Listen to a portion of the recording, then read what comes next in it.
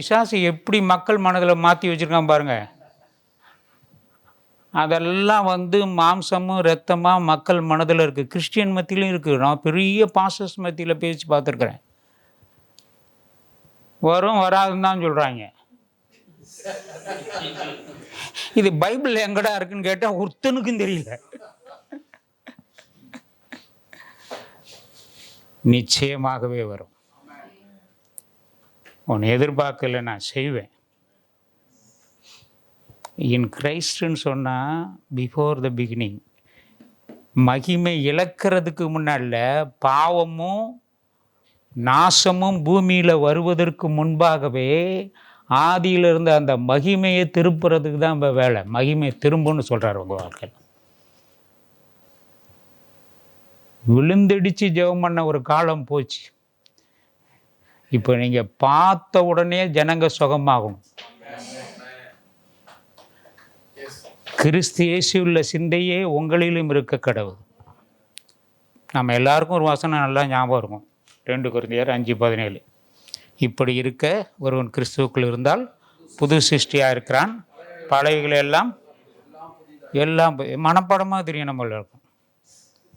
எப்படி இருக்குன்னு கேட்டால் அதுக்கு முந்தின வசனம். பவுல் சொல்ல ஒருவனையும் நாங்கள் மாம்சத்தின்படி அறியோம். பவுல் சொல்கிறார், கிறிஸ்துவை கூட நாங்கள் கிறிஸ்துவுக்கும் பவுலுக்கும் ஒரே காண்டமுறை, ஒரே வயசு தான் ஆல்மோஸ்ட் பவுலுக்கு. அவரை மாம்சத்தின்படி நாங்கள் இனி அறியோணும்.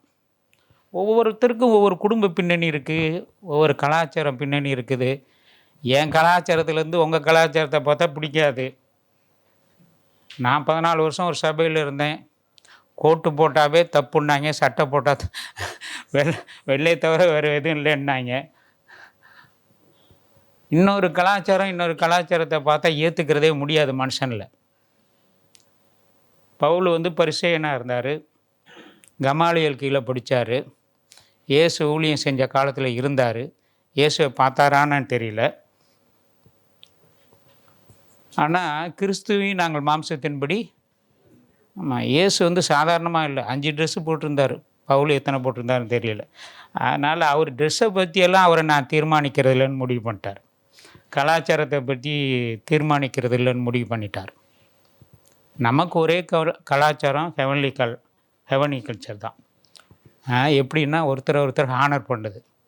எபிரேயர் 1:8 பிதாவாகிய தேவன் குமாரனை பார்த்து என் தேவனேங்கிறார். ஆமேன். பிதாவாகிய தேவன் எபிரேயர் 1:8 இப்படி சொல்லுது. குமாரனை பார்த்து தேவனேங்கிறாரு. நம்ம வீட்டில் கூட பிள்ளைங்களை பார்த்து பெரியவனே சின்னவனே எல்லாம் சொல்லக்கூடாது. சின்னவனை பார்த்து சின்ன வேணன்ற மாதிரிலாம் சொல்லுவாங்க. பிள்ளைங்களை நம்ம சரியாக ஆனர் பண்ண ஆரம்பித்தோம்னா எல்லாம் சரியாயிடும். அதே மாதிரி ஊழியக்காரங்களையும் சரியாக ஆனர் பண்ண தெரியணும். ஆமேன். So I honour Jacob. ஆமேன்.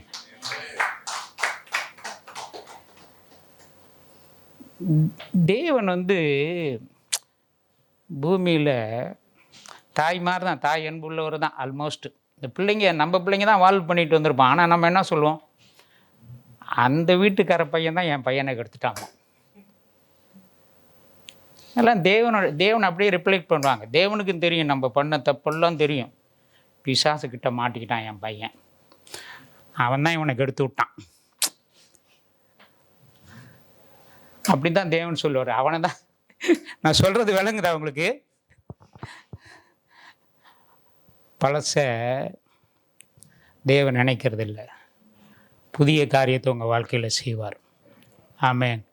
கிறிஸ்துவுக்குள்ளே நாம் வரும்பொழுது in Christ before the time, கிறிஸ்து இயேசுவுள்ள சந்தை ஒருவரையும் நியாயம் தீர்க்கிறது இல்லை.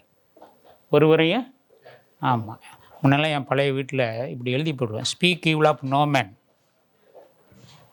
எந்த மனுஷனை குறித்தும், ஊழியத்தில் ரொம்ப முக்கியமான காரியம், ஜட்ஜ் நாட், பிறரை தீர்ப்பு செய்யாதருங்க. எனக்கெல்லாம் வாட்ஸ்அப்பில் வரும், இவனை பற்றி அவளை பற்றி எல்லாம் வரும். ஒரே ஒரு பதில் பெரும்பாலும் டெலீட் பண்ணிவிடுவேன். ரொம்ப தெரிஞ்சவங்க அப்படி எழுதுனா நல்லா ஜெபிக்கிறவன் குறை சொல்ல மாட்டான், குறை சொல்கிறவன் ஜெபிக்க மாட்டான்னு எழுதி விட்ருவேன். ஜெபிக்கிறப்ப எங்கள் பிரச்சனை தீர்ந்து போச்சுன்னு அர்த்தம். ஆமென். கிறிஸ்துவை போலவே நாம் இந்த பூமியில் இருக்கிறோம். அவர் இருந்த வண்ணமாகவே நாம் இந்த பூமியில் இருக்கிறோம். மகிமை நிச்சயமாக உங்கள் வாழ்க்கையில், உங்கள் குடும்பத்தில், சபையில், சமுதாயத்தில் பெரிய மாற்றங்களே இந்த 2024 நீங்கள் பார்ப்பீங்க. அந்த மகிமை திரும்புகிற காலத்தில் வந்திருக்கிறோம். இன் கிரைஸ்ட் பிஃபோர் த பிகினிங்கில் என்ன மகிமை இருந்ததோ அதே மகிமை ஒவ்வொரு முறையும் கிறிஸ்துவுக்குள்ள. இப்படி இருக்க ஒருவன் கிறிஸ்துவுக்குள்ள அப்படின்னா என்னென்னா, கிறிஸ்துன்னு சொன்னால் ஆளுகை, அபிஷேகம். மேசியானாலும் அபிஷேகம். கிரைஸ்ட்னா the anointing, the anointed one, the anointing, the anointing one, நம்மளை அபிஷேகம் பண்ணுகிறவர். இவர் பிதா, இவர் குமாரன், இவர் பரிசுத்த ஆவியானவர், திரியேக தேவன். நம்ம மூளை அறிவில் இவரை விளங்கிக் கொள்ள முடியாது. ஆனால் கிறிஸ்துக்குள்ளே நாம் யாவரும் ஒன்றாக இருக்கிறோம். ஒருவர்கள் தங்களிலும் மேன்மை உள்ளவர்களாக நினைக்கக்கூடவும், தேவனால் செய்யக்கூட அற்பமாக தெரிகிற காரியத்தை கூட தேவன் மகிமைப்படுத்திடுவார். அதுதான் அவருடைய ஸ்பெஷாலிட்டி. பைத்தியமாக தெரிகிறத கூட நிறைய பேர் உட்காந்துட்டு மார்க் போடுவாங்க. ஆனால் தேவனுடைய மனது வேறு. சில காரியத்தை யோனாவை கொண்டு செய்யணும்னு நினச்சா வேறு யாரையும் போட மாட்டார். என்ன ஜேக்க? யோனாவை கொண்டு தான் செய்வார். ஆமேன். இஸ்ரேலில் நிறைய தீர்க்கதரிசிகள் இருந்தாங்க. சில நேரத்தில் தீர்க்கதரிசி கொண்டு செய்யாத காரியத்தை யெகூவை வச்சு செஞ்சார்.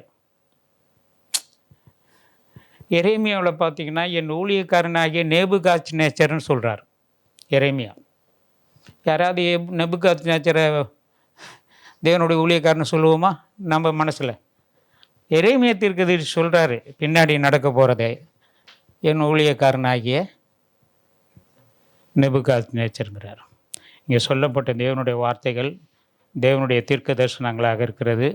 ஜேக்கப் வாழ்க்கையில் அது நிறைவேறும் நிச்சயமாக. பூர்வத்தில் அதை நினச்சிருந்தார். Before the beginning. ஒவ்வொரு முறையும் இதை நினச்சிங்க.